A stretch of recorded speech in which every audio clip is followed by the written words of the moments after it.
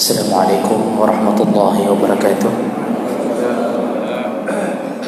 Alhamdulillahirabbil alamin, wassalatu wassalamu ala nabiyyina wa sayyidina Muhammadin wa ala alihi wa ashabihi ajma'in. Amma ba'd. Rabbi shrah li sadri wa yassir li amri wahlul 'uqdatam min lisani yafqahu qawli. Segala puji bagi Allah, kemudian salawat dan salam kepada Rasulullah, pada keluarga dan seluruh sahabat-sahabatnya yang Allah muliakan. InsyaAllah jamaah salat asar yang datang karena Allah, dan mudah-mudahan kedatangan kita tercatat di sisi Allah Subhanahu wa ta'ala. Bapak Ibu yang dimuliakan Allah, salah satu amal yang sangat diagungkan di dalam hari-hari Ramadan adalah sedekah. Maka dalam pertemuan kita kali ini kita akan membahas seputar adabus sedekah, adab-adab dalam bersedekah, yang tujuannya agar sempurnanya sedekah seseorang mendatangkan pahala dari Allah Subhanahu wa taala. Baik, sebelum kita masuk ke dalam adab-adab bersedekah, ada baiknya kita mendengarkan lebih dahulu dari hadis-hadis Nabi sallallahu alaihi wasallam tentang bagaimana keutamaan sedekah di sisi Allah Subhanahu wa taala. Bapak Ibu yang dimuliakan Allah, bahasa sedekah itu diambil dari bahasa sadaqa yasduqu, yang artinya jujur atau benar. Nah, kenapa amal ini disebut sedekah? Ini adalah kejujuran dari iman kita. Jadi Allah langsung yang menyebutkan sedekah dalam beberapa bahasa. Kadang-kadang Allah menyebutkan dengan infak, itu maknanya sama. Itu menunjukkan kejujuran iman. Orang sudah beriman kepada Allah dan Nabi, tapi kalau belum bersedekah, imannya tidak jujur. Jadi kalau hanya mengaku beriman kepada Allah dan Nabi tapi kriat luar biasa, itu menunjukkan imannya tidak jujur. Karena kejujuran iman keluar melalui sedekah. Makanya amalan teragung di dalam hidup kita salah satunya sedekah, karena berhubungan dengan iman, berhubungan dengan iman. Dan iman itu yaitu totalitas percaya kepada Allah dalam semua hal, janjinya, ancamannya kita percaya. Makanya kita ini baru dianggap jujur beriman kalau percaya bahwa surga itu salah satunya diperuntukkan kepada orang yang sedekah. Jadi disinilah asal usul bahasa sedekah, kejujuran, yaitu kejujuran iman seseorang. Dan waktu meninggal dunia, amal yang kembali kita butuhkan juga sedekah. Detik-detik sakaratul maut, itu yang kita butuhkan adalah sedekah kita. Dalam surat Al-Munafiqun ayat 10, Allah telah bagaimana seseorang di waktu sakaratul mautnya. Jadi Allah bongkar rahasia itu. Kalau Allah tidak bongkar, kita tidak tahu apa yang diharap-harapkan oleh orang yang sakaratul maut. Kata Allah Subhanahu wa ta'ala, wa anfiqu mimma razaqnakum min qabli an ya'tiya ahadakumul maut fayaqulu rabbi laula akhartani ila ajalin qarib la asaddaqa wa akum minas salihin. Jadi Allah SWT menceritakan hambanya yang sedang berhadapan dengan malaikat maut, itu ternyata kata Allah, infakkan hartamu dari yang aku berikan. Jadi Allah ingin mengatakan dulu, itu harta yang engkau sedekahkan bukan darimu, dari kami. Jadi seakan-akan Allah ingin mengatakan, harta kamilah yang engkau infakkan, bukan hartamu. Jadi jangan merasa orang sudah bersedekah, jangan merasa itu harta dia. Harta kami, kata Allah, mimma razaqnakum, kamilah yang memberi kamu. Sebelum datangnya kematian salah satu kamu, karena kalau orang yang didatangi dengan kematian, maka dia berkata, Allah mengatakan, dia berkata, apa katanya? Rabbi laula akhartani ila ajalin qarib. Ya Allah, bolehkah engkau menunda waktu kematianku sebentar saja? Jadi dia berkata, mohon ya Allah, berikan aku waktu sebentar saja, jangan cabut nyawaku dulu. Jadi orang kalau dicabut nyawa, itu tidak tahu kapan datangnya malaikat maut. Habis salat meninggal, ada yang duduk di depan televisi meninggal. Tapi semua mereka mengatakan hal yang sama, yaitu bolehkah aku meminta waktu sebentar? Untuk apa? Ternyata orang yang mau meninggal meminta permintaan dua perkara. Yang pertama, la as-sadaqah,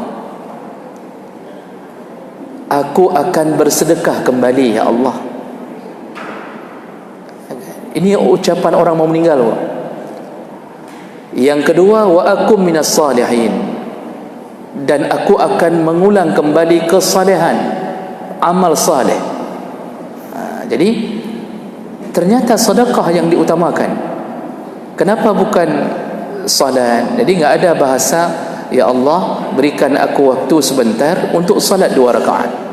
Ya Allah, berikan aku sebentar waktu untuk berpuasa, atau apa saja. Tidak ada, tapi sedekah.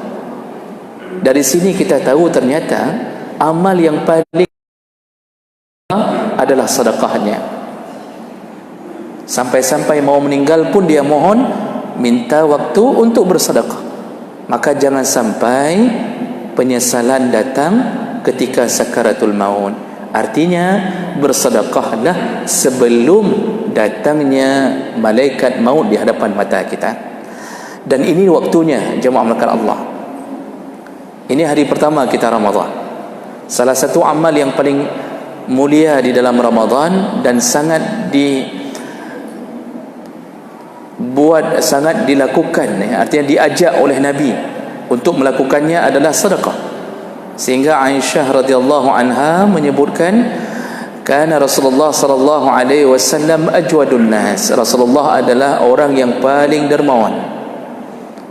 Tetapi ketika datangnya Ramadan dan ketika bertemunya Jibril, sejak bertemunya dengan Jibril, artinya semenjak beliau menjadi Nabi dan semenjak beliau selalu bertemu Jibril dalam Ramadan. Jadi Jibril itu kan turun dalam Ramadan menemui Rasulullah untuk apa? Untuk mendiktikan hafalan Nabi, mendiktikan hafalan Nabi. Jadi beliau selalu bertemu Jibril dalam Ramadan. Apa kata Aisyah? Semenjak itu Rasulullah dermawannya lebih dahsyat, sampai-sampai dia bersedekah karihil mursalah, seperti angin yang berhembus, enggak tertahan. Angin berhembus tidak tertahan. Dalam lorong-lorong sempit angin masuk. Maksudnya dalam Ramadan, seandainya Rasulullah bisa menyedekahkan semua rumahnya, maka semua rumahnya dia beri untuk orang lain. Padahal di luar Ramadan Rasulullah sudah begitu gaya hidupnya. Ada satu biji kurma diminta orang, beliau belum makan, itu pun dia beri. Tapi dalam Ramadan Aisyah kembali menggambarkan sedekah Nabi seperti angin berhembus. Angin berhembus Pak, tidak tertahan, habis-habisan.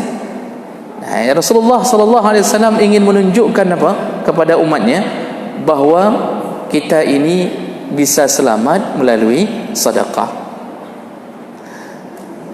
Maka oleh kerana itu patutlah kita sedikit mengetahui hadis-hadis atau ayat-ayat Allah yang menyebutkan tentang mulianya amal sedekah. Ini sebelum kita masuk ke dalam adabnya. Yang pertama, sedekah itu keimanan seseorang. Itu sudah kita sebutkan dari sebentar, tapi ada hadis yang mendukungnya. Rasulullah sallallahu alaihi wasallam menyebutkan dalam hadis riwayat Bukhari Muslim, as-salatu nur, salat itu cahaya, kata Allah, kata Rasulullah. Was-sadaqatu burhan, sedangkan sedekah adalah burhan. Was-sabru dhiya, dan sabar adalah cahaya terang benderang. Wal Qur'anu hujjatun laka aw 'alaika, dan Quran itu adalah yang bisa membelamu atau yang bisa menghujatmu. Jadi ada 4 perkara Rasulullah sebutkan. Pertama, as-salatu nur, salat itu cahaya, kata Rasulullah, cahaya bagi orang yang berada dalam kegelapan. Makanya orang kalau sudah salat timbul cahaya kebaikan. Orang kalau sudah salat merembet ke arah yang lain kebaikannya. Tapi orang kalau tidak salat, dia akan jatuh ke dalam kejahatan-kejahatan. Maka coba lihat rata-rata orang yang berbuat jahat itu rata-rata tidak salat. Oh, ada kok yang korupsi tapi salat. Salatnya tidak benar. Salat hanya untuk menunjukkan bahawa seakan-akan dia pejabat yang saleh. Tapi pagi salat, malam sabu-sabu. Salatnya tidak benar. Nah, kemudian Rasulullah sambung, was-sadaqatu burhan. Sedekah itu burhan. Burhan itu apa? Bukti. Tadi sudah kita sebutkan, bukti iman seseorang ada pada sedekah. Allah benci kepada orang pelit. Allah benci. Sampai-sampai 2 malaikat yang sif selalu, yang didoakan pertama adalah orang yang memberi sedekah. Didoakan supaya Allah mengganti dengan apa yang telah dia keluarkan. Sedangkan orang yang dilaknat oleh malaikat, yaitu orang yang pelit, tidak mau mengeluarkan hartanya, lalu malaikat mendoakannya agar hancur hartanya. Ini fadilah pertama, bahawa sedekah itu adalah bukti iman. Jadi berhati-hatilah bagi kita yang selalu salat jamaah tapi Masya Allah susah sekali mengeluarkan harta untuk bersedekah. Jadi sedekah hakiki itu harta sebenarnya. Hakikat sedekah itu harta. Cuma ada sedekah maknawi, sedekah yang bukan harta tapi dianggap sedekah oleh Allah. Contohnya senyuman. Ini berdasarkan hadis Nabi sallallahu alaihi wasallam, ibtisamuka ala akhika sedekah. Senyumanmu kepada saudaramu sesama muslim adalah sedekah. Ini sedekah apa? Sedekah yang sifatnya maknawi. Kita memberi senyuman itu seakan-akan memberi sedekah kebaikan kepada dia. Dia senang dengan kita, dengan senyuman kita.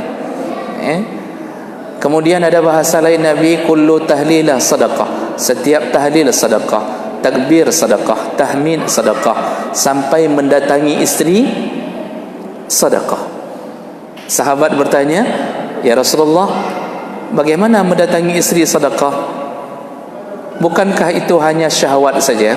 Kata Rasulullah, kalau engkau mendatangi perempuan yang bukan istrimu, apakah berdosa? Kata sahabat, "Naam ya Rasulullah." Nah, kalau begitu engkau mendatangi istrimu berpahala. Nah, ini pahala sedekah ini maknawi. Jadi jangan sampai bersedekah dengan cara itu terus-terusan. Kita lihat pagi mandi junub.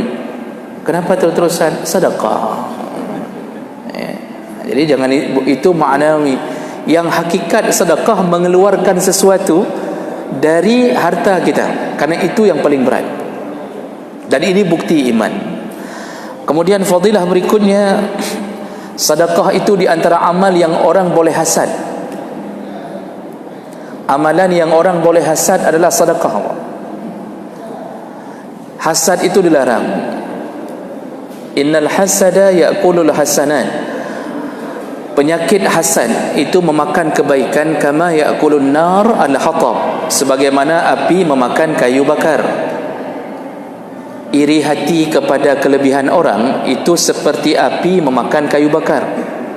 Jadi hasad, dengki kepada orang yang lebih daripada kita, itu dilarang. Ada sahabat sedang duduk bersama Nabi, lalu kemudian Nabi SAW mengatakan, tunggulah, sebentar lagi akan masuk penduduk surga. Lalu kemudian masuk seorang laki-laki memegang sandal, baru berwuduk, dia salat, lalu pulang setelah salat wajib. Besoknya Nabi duduk lagi dengan sahabat sebelum azan, lalu Rasulullah berkata, tunggu, sebentar lagi akan masuk penduduk surga. Dia lagi. Besoknya sekali lagi Nabi datang duduk dengan sahabat, lalu Nabi mengatakan, sebentar lagi akan masuk penduduk surga ke dalam masjid ini. Rupanya dia lagi. Abdullah bin Amir penasaran dengan kenapa dia, maka kemudian Abdullah mendatangi rumah orang ini, lalu kemudian berkata, wahai sahabatku, aku sedang ribut dengan ayahku, mohonlah 3 hari izinkan aku tinggal bersamamu sampai aku berbaikan dengan orang tuaku. Padahal sebenarnya dia ingin mengecek amalan apa sehingga kok dijamin masuk surga. Lalu dia tidur bersama orang ini 3 hari tinggal, dia tidak melihat amalan yang hebat, tidak dilihatnya. Di saat Abdullah pada malam hari salat tahajud, orang ini tidak salat tahajud. Ketika Abdullah salat duha, orang ini tidak salat duha. Cuma heran kenapa bisa jadi dijamin penduduk surga. 3 hari dia melakukan itu, pengecekan itu, ternyata memang tidak banyak amal, hanya salat wajib saja. Nah kemudian hari ketiga barulah Abdullah mengatakan, wahai sahabatku, aku sebenarnya bukan ribut dengan ayahku, tetapi aku datang ingin mengetahui amal apa yang engkau lakukan sehingga Rasulullah menjaminmu masuk surga. Sahabat ini pertama bersyukur kepada Allah, dia telah ditunjuk oleh Nabi salah satu penghuni surga. Lalu dia berkata, benar. Jadi tadi Abdullah mengatakan dulu, aku lihat engkau tidak beramal seperti kami, tidak banyak amalmu, lebih hebat amal kami daripadamu. Nah kemudian orang ini berkata bahwa benar, aku tidak sanggup beramal seperti kalian, aku kelelahan menggembala, tapi Rasulullah tahu sesuatu dari diriku, aku tidak punya sifat hasad kepada orang lain. Dia tidak peduli kelebihan orang. Ini ternyata yang menjamin surga. Bapak Ibu, maka Allah yang membuat kita hari ini sibuk dengan orang lain naik jabatan, yang kita sibuk orang lain melakukan ini, melakukan itu. Kenapa? Penyakit hasad. Maka bahayanya penyakit hasad. Dan ternyata semua hasad diharamkan kecuali kepada 2 orang. Rasulullah berkata, la hasada illa fi isnatain. Tidak boleh hasad kecuali hanya kepada 2 orang. Yang pertama, rajulun atahullahu malan, yaitu seseorang yang Allah berikan harta kepadanya. Allah berikan harta kepadanya, fasallata ala hilkatihi fil haq. Dia habiskan hartanya dalam urusan sedekah. Dia habiskan hartanya dalam urusan sedekah. Boleh dengki kepada orang ini, boleh dengki, hasad kepada orang ini. Apa hasadnya? Kenapa dia bisa begitu, saya tidak bisa? Kenapa dia terus-terusan bersedekah, saya tidak mampu bersedekah? Ini boleh hasad kepada orang ini. Hasadnya demi kebaikan. Dan yang kedua, yaitu orang yang diberikan ilmu Al-Quran kepadanya, lalu dia membaca Al-Quran siang dan malam. Boleh hasad kepadanya, kenapa dia sanggup baca Quran, kenapa kita tidak sanggup? Nah, 2 orang ini yang boleh dengki. Selain itu tidak boleh dengki. Masalah orang dapat harta, orang keluar sertifikasi, orang jadi PNS, kita sudah berapa kali enggak pernah lulus PNS, enggak perlu dengki, karena Allah sudah tentukan. Semua yang ada pada kita itu ketentuan Allah. Tapi kepada orang yang ahli sedekah wajib dengki. Kok bisa setiap hari di mana ada kebaikan, di situ ada dia. Di mana ada masjid perlu bantuan, selalu ada dia yang memberi. Di mana ada anak yatim, orang miskin, selalu ada dia. Dan ini salah satu profil dalam sahabat yang melakukan sedekah setiap hari adalah Abu Bakar radhiyallahu an. Sampai Rasulullah sallallahu alaihi wasallam berkata di saat bertemu dengan semua sahabat, Rasulullah berkata, siapa di antara kalian yang hari ini telah melakukan sedekah? Selalu Abu Bakar yang menunjukkan, ana ya Rasulullah. Jadi Rasulullah bertanya untuk mengetahui jawaban. Abu Bakar menjawab bukan untuk menampakkan, tetapi memenuhi jawaban Rasulullah. Dia harus jujur. Selalu dia. Sampai Umar bin Khattab bingung melihat amal sedekahnya Abu Bakar. Waktu hijrah Nabi, Abu Bakar habis hartanya yang dia tinggalkan untuk anaknya Asma dan orang tuanya. Orang tua Abu Bakar itu hanya satu goni yang isinya bebatuan. Ayahnya Abu Bakar sampai bertanya sama cucunya Asma, iaitu anak Abu Bakar, berbeda ibu dengan Fatimah, apa yang ditinggalkan Abu Bakar atau ayahmu kepada kita? Jadi ayahnya dan Asma tidak hijrah duluan. Ditanya itu, Asma membawa bebatuan kepada ayahnya. Dalam keterangan, ayah Abu Bakar waktu sudah tua terkena penyakit rabun, mendekati buta. Lalu Asma mengatakan, kakek, masih banyak harta yang ditinggalkan, peganglah goni ini masih banyak. Tidak dibuka goninya, disuruh pegang-pegang dari luar, masih banyak yang ditinggalkan. Begitulah mereka bertahan, habis harta. Umar cuma berani setengah harta. Kita jangankan setengah, mau bacut, ya tidak sedekah. Gaji 5 juta, paling berani ke masjid 5.000. Itu contoh barang. Makanya sedekah itu berat, itu iman, bukti iman. Maka jemaah maka Allah Subhanahu wa taala, ini di antara kelebihan sedekah, malah boleh dihasadkan oleh orang lain. Berikutnya, ada satu pintu khusus. Ada satu pintu khusus untuk orang yang sedekah. Rasulullah sallallahu alaihi wasallam berkata, "Man anfaqa zawjan fi sabilillah nudiya fil jannah ya Abdullah hadza khair." Barang siapa yang pernah menyumbangkan 2 harta di jalan Allah, maka dia akan dipanggil dari pintu surga.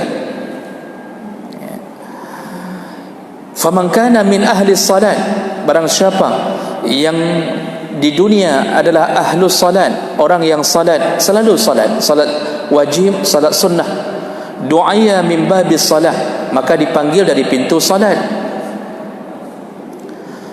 Wa man kana min ahli jihad du'aya min babil jihad, barang siapa yang di dunia berjihad di jalan Allah, maka dia akan dipanggil dari pintu jihad. Wa man kana min ahli sadaqah du'aya min babis sadaqah, dan barang siapa yang menjadi ahli sedekah di dunia, maka dia dipanggil dari pintu sedekah. Hadis riwayat Bukhari Muslim. Bapak Ibu maka Allah,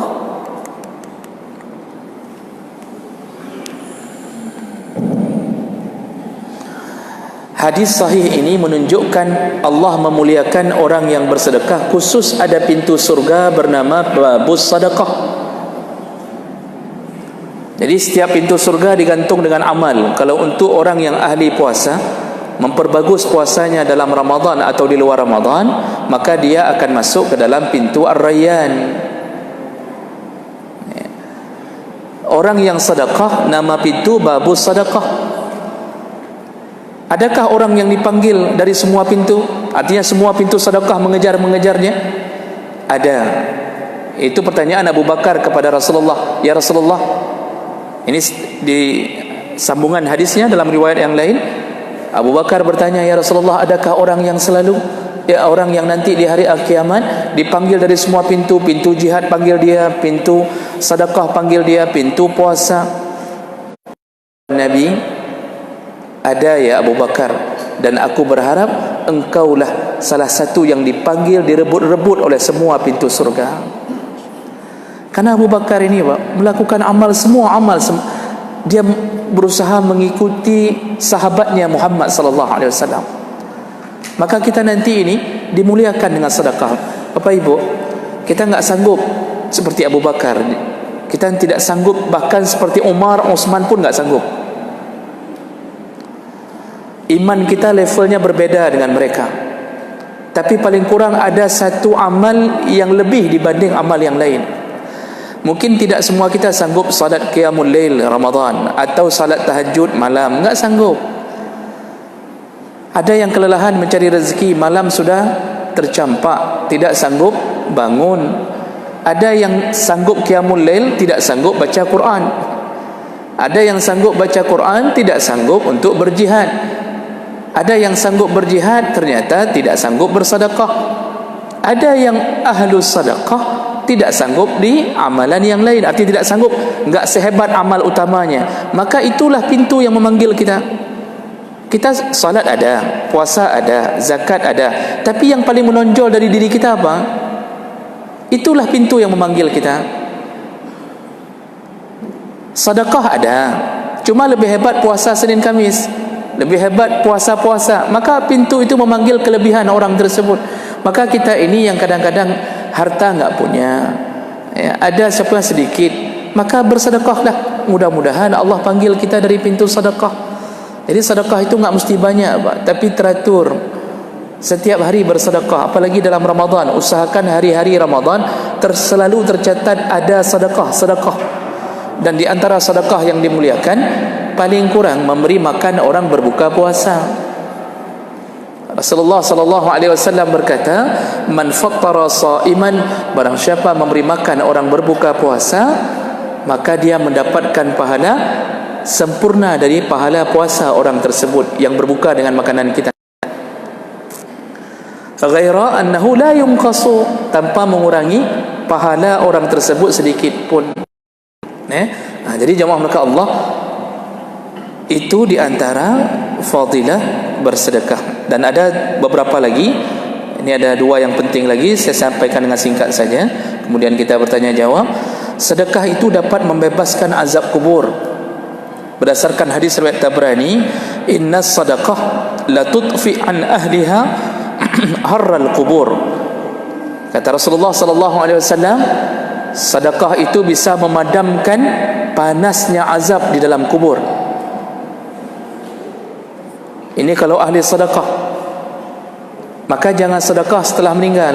Ada orang yang selalu mengatakan kepada anaknya, menyolong ninggai, nyo hartanya kajuk gedih. Sedekah itu di waktu hidup dari kita, bukan mewasiatkan untuk sedekah. Karena itu kalau mewasiatkan berarti kita ada rasa takut dengan kematian. Ini sedekahlah sebelum rasa takut itu muncul. Jadi sedekahnya lebih ikhlas. Dan itu efeknya azab kubur Allah hilangkan bagi mereka yang ahlus sedekah.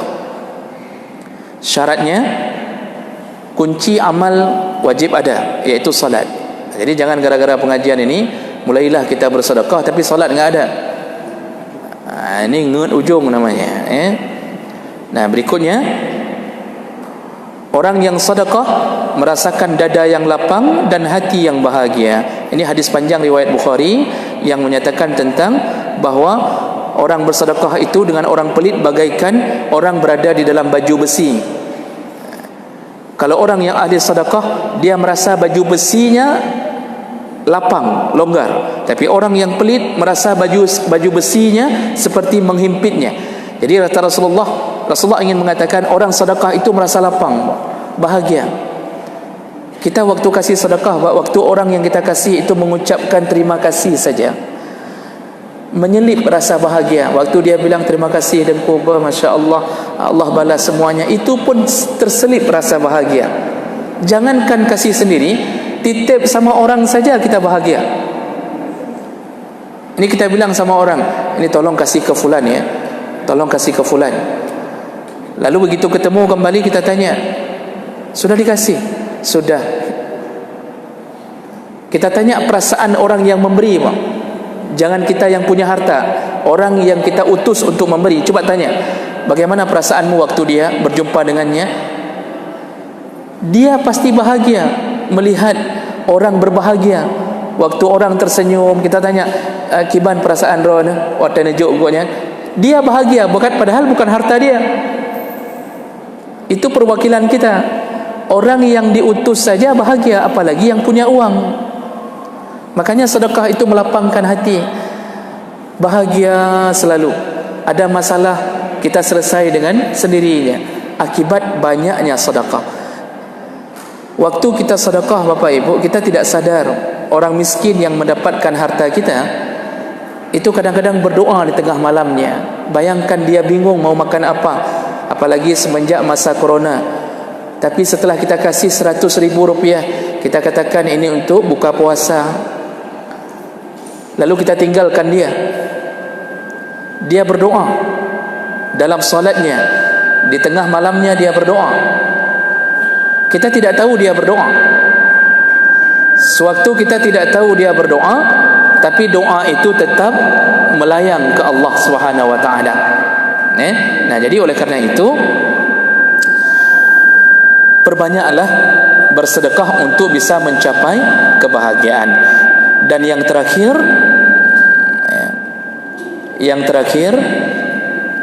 sedekah itu bisa menjauhkan seseorang dari api neraka. Rasulullah sallallahu alaihi wasallam berkata, "Ittaqun nara walau bisyaqqi tamrah." Takutlah engkau kepada Allah walaupun hanya dengan bersedekah satu butir tamar, satu butir kurma. Artinya takutlah engkau kepada siksa Allah di neraka walaupun hanya dengan sebutir kurma. Faman lam yajid fabikalmatin tayyibah. Barang siapa tidak mendapatkan kurma, maka berkatalah dengan kalimah yang baik. Bayangkan Bapak Ibu, serendah-rendah permisalan satu butir kurma, sedekah dengan satu butir kurma memadamkan api neraka,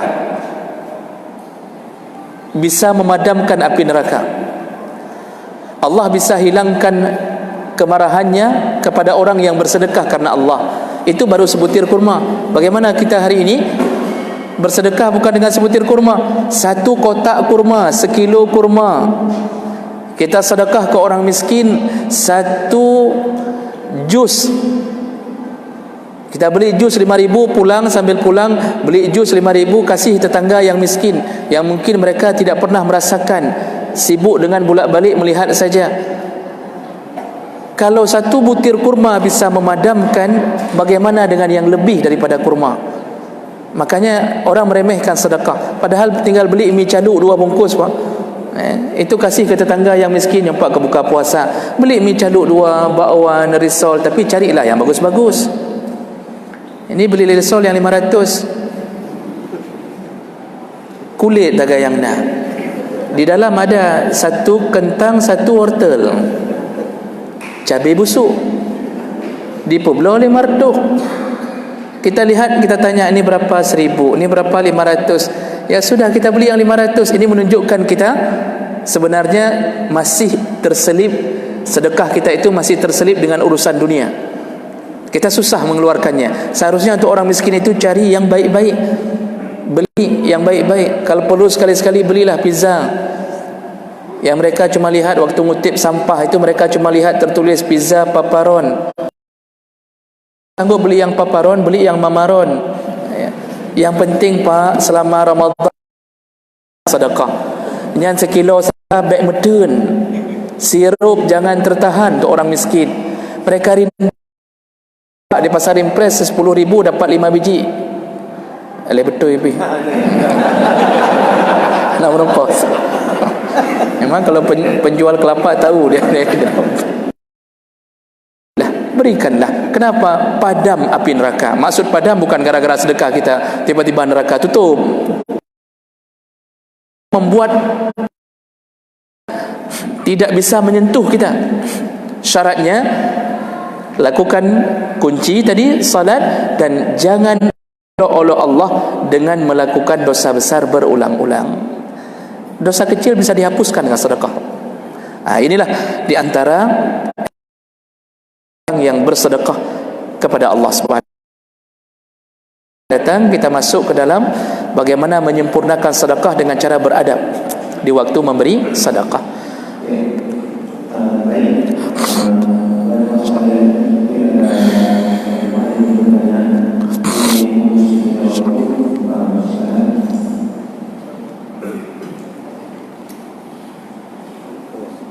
Waalaikumsalam.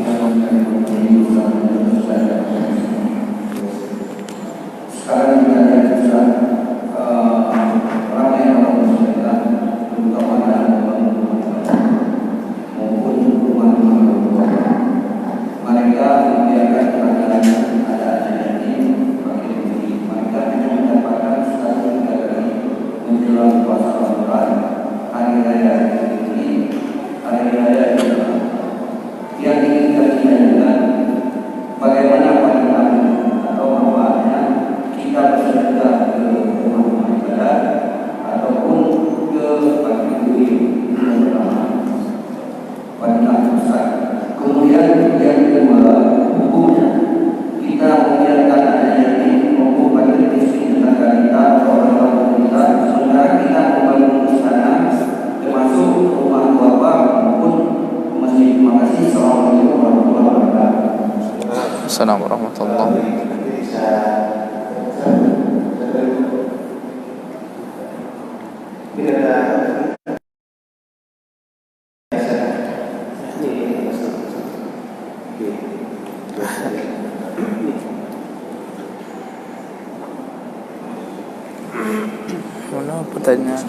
Pertanyaan kedua apa?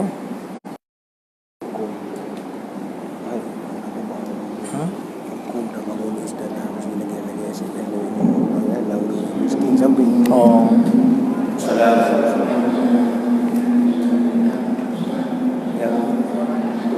Mohon besar sedikit lagi, Bapak. Kurang terdengar.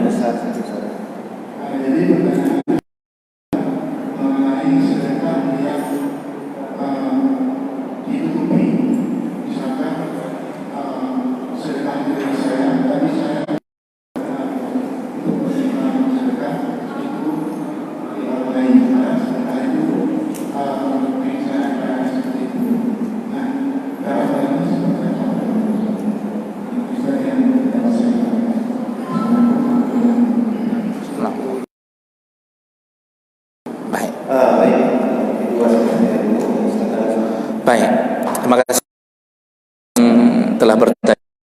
Pertama tentang apabila bertemunya dua bentuk sedekah, sedekah ke rumah ibadah dan sedekah kepada yatim, fakir, miskin, mana yang lebih utama? Bersedekah ke rumah ibadah atau bersedekah kepada fakir dan miskin? Bapak Ibu yang dimuliakan Allah Subhanahu wa taala, yang pertama sekali, dua-duanya berpahala. Maka dua-duanya diutamakan bagi orang yang mampu. Nah, tapi bagi kita yang punya keinginan bersedekah dan uang kita terbatas, harta kita terbatas, mana lebih utama bersedekah ke rumah ibadah atau fakir miskin? Dalam kaidah fikih disebutkan apabila bertemu dua mudarat, maka pilihlah yang paling ringan di antara keduanya. Irtikab akhafihima, pilih yang paling ringan di antara keduanya. Maksudnya lihat mana yang lebih utama kalau sudah bertemu. Sedekah ke rumah ibadah pahala besar. Bahkan Rasulullah berkata, barang siapa yang menginfakkan ke rumah ibadah walaupun tinggal sangkar burung, dia pernah wakaf ke masjid sebesar sangkar burung, kamakfasi tayrin, kata Rasulullah, maka dia akan dibuatkan rumah untuknya di surga Allah. Jadi besar pahala ke rumah ibadah. Cuma fakir miskin itu di dalam ayat itu lebih banyak disebutkan Allah.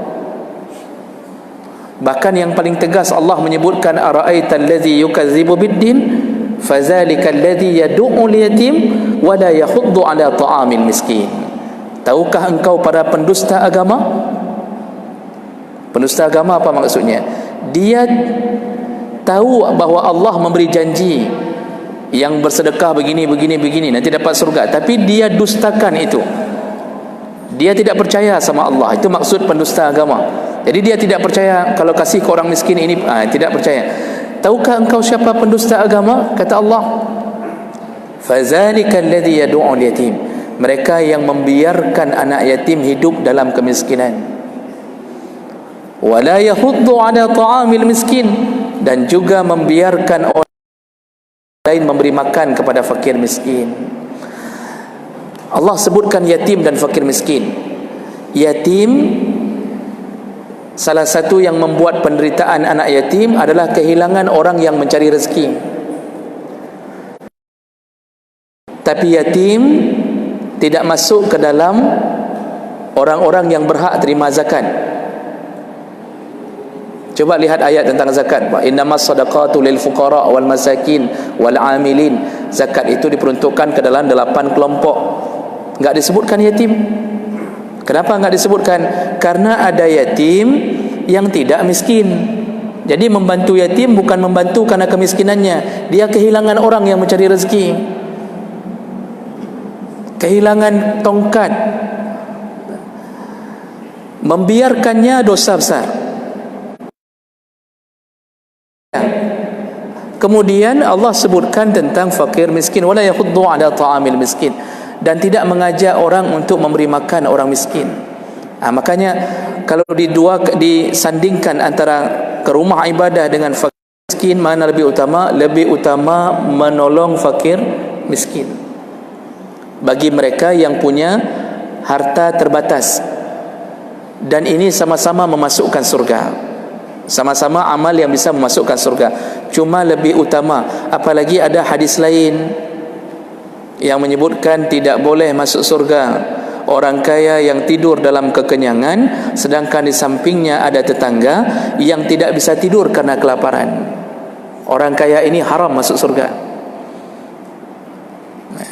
Jadi utamakan tolong dulu fakir miskin, karena itu menyangkut dengan nyawa. Sedangkan rumah ibadah tidak ada kita, ada orang lain yang menolongnya. Tapi fakir miskin yang berada di sekitaran kita, mungkin dia sedang membutuhkan kita. Dan ini berlanjut ke pertanyaan kedua, bagaimana orang yang hari ini berkumpul-kumpul membangun rumah du'afa, sedangkan di lingkungannya sendiri ada fakir miskin. Nah, ini sebenarnya sudah terjawab tadi Bapak, bahwa kedua-duanya berpahala. Tetapi yang lebih utama adalah menolong tetangga yang miskin. Cuma waktu kita berkumpul-kumpul membangun rumah du'afa, usahakan juga ikut bergabung dengan jumlah harta yang ala kadarnya. Artinya utamakan dulu tolong miskin yang jadi tetangga. Ini sudah dapat beras, barulah kira-kira nanti sekilo beras kita berikan kepada miskin-miskin yang di luar kita. Ini yang diutamakan. Jangankan sedekah, hadiah saja, Pak. Hadiah. Hadiah itu kan pemberian yang bukan untuk orang yang membutuhkan. Boleh orang butuh, boleh orang tidak. Waktu Aisyah bertanya kepada Nabi, "Ya Rasulullah, kalau aku ingin memberi hadiah, kepada siapa dulu yang aku harus beri?" Apa jawaban Nabi? "Man aqrabu minki baban." Mana pintu yang paling dekat dengan pintu rumahmu dulu, wahai Aisyah. Itu hadiah. Hadiah saja disuruh kasih yang paling dekat pintunya dengan pintu rumah kita. Jadi jangan melangkah dulu ke kampung orang kalau di kampung kita masih membutuhkan kita. Kapan kita melangkah ke kampung orang melalui jalur bangun rumah du'afa? Kelebihan dari harta, artinya sudah kasih ke sini fakir miskin di kampung kita, kelebihan harta berikan kepada orang-orang di luar kita. Jadi kita dapat di sini, dapat di sana. Dan semua hal perkara begitu. Coba baca masalah kurban. Makruh hukumnya mengirimkan kurban kepada kampung lain. Tetap yang diutamakan adalah kurban sendiri. Zakat fitrah, makruh hukumnya mengirimkan zakat fitrah ke kampung lain, selama dia berdomisili di tempat itu dan berhari raya di kampung itu. zakat harta juga begitu, semuanya yang dekat lebih dahulu. Maka menolong orang dekat, kalau sistem ini dipakai, semua kampung punya orang kaya, dia akan tolong di kampungnya masing-masing. Akhirnya semua orang tertolong dengan keberadaan orang-orang kaya di kampung tersebut. Jadi begitu jemaah melakukan Allah Subhanahu wa taala. Kemudian pertanyaan berikutnya, lupa pula saya. Sedekah yang ditutupi, kita sengaja menutupi supaya tidak ketahuan. Ini adalah sedekah sirriyah, sedekah yang terbaik, Bapak. Ini amalan sahabat. Abu Bakar dalam satu hadis dari Umar bin Khattab, dalam asar Umar bin Khattab, Abu Bakar setelah salat subuh selalu menuju ke padang pasir, dan dia tidak memberitahu kepada sahabat, padahal dia imam. Dia keluar diam-diam setelah salat habis semuanya, ritual salat, dia keluar, dia menuju ke padang pasir. Padang pasir itu gelap, Pak, enggak ada PLN-nya, enggak ada listrik. Nah, di tengah padang pasir itu dia ternyata memasuki gubuk tuang, dan amal itu tidak diketahui oleh sahabat. Sampai akhirnya Umar penasaran, kenapa setelah salat subuh Abu Bakar menghilang, selalu tidak ada, kemana dia.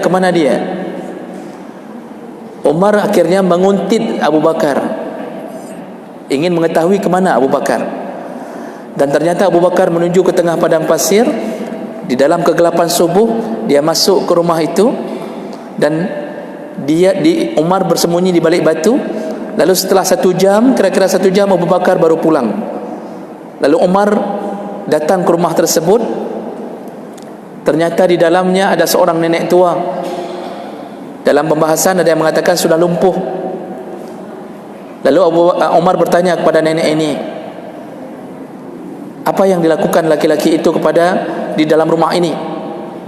Nenek ini mengatakan, laki-laki itu membawa gandum, lalu memasakkannya, lalu menghidangkannya kepada aku, dan dia menyuapkan makanan kepada aku.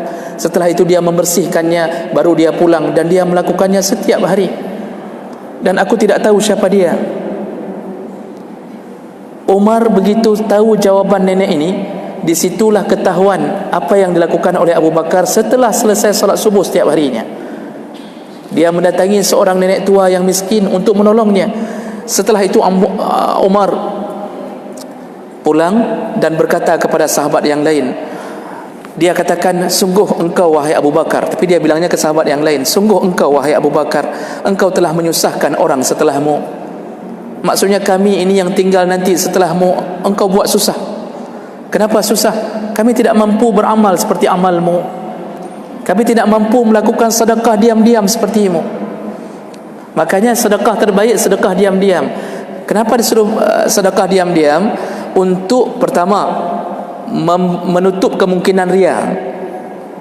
Jadi enggak ada yang puji, enggak ada yang tahu. Jadi enggak perlu buat spanduk besar-besar. Tidak perlu, ujung-ujungnya di ujung spanduk pilihlah 01 misalnya. Sedekah laju, tapi tulis spanduk. Walaupun belum tentu itu riya, tetapi membuka kemungkinan jembatan untuk riya. Kita sedekah terbuka pun itu berpahala. Allah SWT menyebutkan, in tubdu sadaqati fa ni'mahi. Kalau engkau bersedekah dengan cara nampak, itu sudah besar pahalanya, kata Allah. Wa in tukhfuha wa tu'tuhal fuqara fa huwa khairul lakum. Tapi kalau engkau menyembunyikannya, engkau datangi fakir miskin diam-diam, itu lebih baik. Jadi Allah mengatakan yang sedekah terang-terangan baik, yang lebih baik sedekah diam-diam. Kenapa yang sedekah terang-terangan juga baik? Karena ada sedekah enggak bisa ditutupi. Contoh, bapak mau kasih wakaf ke masjid, bagaimana mau tutup sedekah itu? Mau kasih diam-diam, datang ke masjid jam 3 malam lalu sangkut di tiang itu, sampai panitia bingung ada soalnya. Kasemen kali membosak sangkut ini, ada soalnya. Harus kasih tahu panitia, dan itu pahala besar. Tapi berhubungan dengan fakir miskin lebih baik diam-diam. Kenapa? Yang pertama, menutup celah riya. Yang kedua, tetap memuliakan orang miskin itu seakan-akan mereka adalah orang yang mulia, bukan orang yang rendah, yang layak dibantu-bantu. Ini enggak, kadang-kadang kasih sedekah fakir miskin foto fakir miskinnya terpampang di koran, efeknya apa? Begitu dia lihat dirinya terpampang, maka dia akan malu. Dia akan tahu fikir legok belum rendah dah. Jadi menjaga perasaan mereka dengan cara sedekah diam-diam. Jadi sedekah diam-diam itu lebih baik, Pak. Lebih baik daripada sedekah terang-terangan walaupun sama-sama berpahala. Silakan, masih ada waktu 5 menit.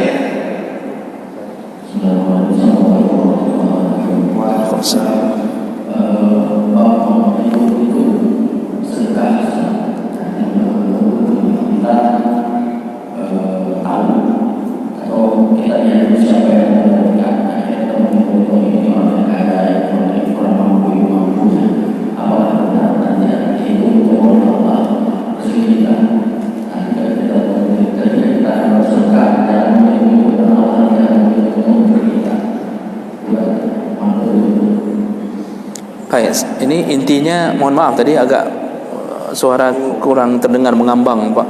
Intinya memilih-milih orang untuk bersedekah, apakah dibolehkan atau tidak, itu intinya, Pak. Bapak Ibu maka Allah, dibenarkan untuk memilih-milih orang dalam bersedekah, tidak mengapa. Pilihan itu diutamakan adalah fakir miskin yang ahlul ibadah, itu lebih diutamakan daripada fakir miskin yang kurang ibadahnya. Lebih utama memberi sedekah kepada yang ahlul ibadah untuk menguatkan ibadahnya. Kenapa begitu? Dia belum dapat sedekah saja sudah dekat dengan Allah. Jadi dia bukan berdekatan dengan Allah bukan gara-gara sedekah kita. Sebelum kita sedekah saja dia sudah dekat dengan Allah. Maka membantunya agar lebih dekat kepada Allah itu lebih baik. Bahkan dalam hadis, kalau kita memilih-milih pun dan salah pilih pun tetap berpahala sempurna. Salah pilih, Pak, kita fikir god orang, rupanya hana god, tetap sempurna. Dan ini dari hadis Muaz bin Jabal radhiyallahu anhu yang menyebutkan bahawa di masa Nabi ada seseorang yang salah bersedekah. Di malam pertama dia sedekah, dia berdiri dalam kegelapan, dia sedekah, dan ternyata jatuhnya ke tangan orang pencuri. Malam kedua, jadi dia besoknya dia tahu itu pencuri, kampung heboh, ada pencuri dapat sedekah tadi malam. Malam kedua dia berdiri lagi, dia kasih kepada seseorang, dan ternyata kepada seorang perempuan yang dia kasih, dan ternyata itu pelacur. Besoknya kampung heboh lagi, pelacur dapat sedekah. Besoknya dia berdiri lagi, dia kasih sekali lagi, dan ternyata yang dapatkannya adalah orang kaya. Orang kaya dapat sedekah. Jadi terus-terusan salah sedekah, salah target sedekahnya. Akhirnya dia mendatangi Nabi SAW, dan Rasulullah SAW mengatakan, sedekahmu kepada pencuri akan membuat dia tahu bahawa rezeki Allah tidak hanya datang dengan cara mencuri, dan itu akan membuat dia sadar dan taubat. Sedekahmu kepada pelacur juga akan membuat dia merasa bahawa bukan menjual diri untuk mendapatkan rezeki, dia bisa dapat dari jalan-jalan yang baik, dan itu akan menyadarkannya. Dan sedekahmu kepada orang kaya akan menyindirnya orang miskin saja bisa memberikan kepada orang kaya, maka yang kaya lebih berhak memberikannya. Artinya tidak satu pun sedekah dicela oleh Nabi. Jadi misal hari ini kita kasih sedekah, Pak, kepada orang yang tidak salat, berpahalakah kita? Sempurna. Karena sedekah itu tidak dilihat kepada target, tapi dilihat kepada keikhlasan orang memberi.